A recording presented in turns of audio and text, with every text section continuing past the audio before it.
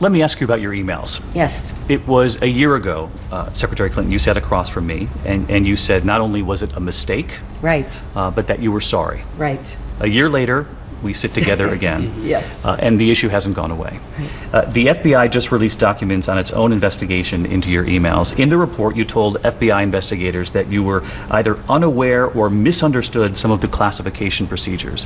We also read about an aide who got rid of old Blackberries, is using a hammer, taking a hammer to a Blackberry.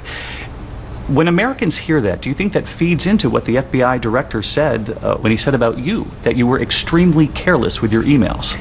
Well, I hope not, because I take classification very seriously. And what I want people to understand is really two things. I take responsibility. I have learned that trying to explain what happened made it sound to some people like I was trying to excuse it. There are no excuses. I take responsibility. I made a mistake. I've apologized. And obviously, I wish I could do differently what happened. I certainly would never do that again. With respect to classification, on classified documents, there is what's called a header.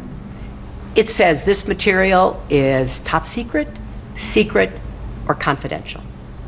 There were no headers on the thousands of emails that I sent or received.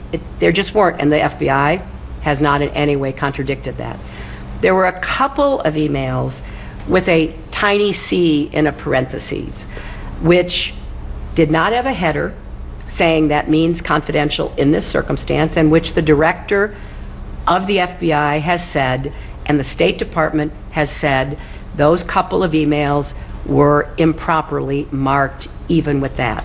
So yes, I take classification seriously, and I think the record shows that I have. But authorities say that C stood for confidential. There was no header that the document that the little c appeared in was marked confidential, which is the lowest form of classification. So what you're saying is deeper in the email? Oh, of course, absolutely. And that's what the director said. The director also, though, said you were extremely careless. Do you agree with him? Well, I respectfully disagree.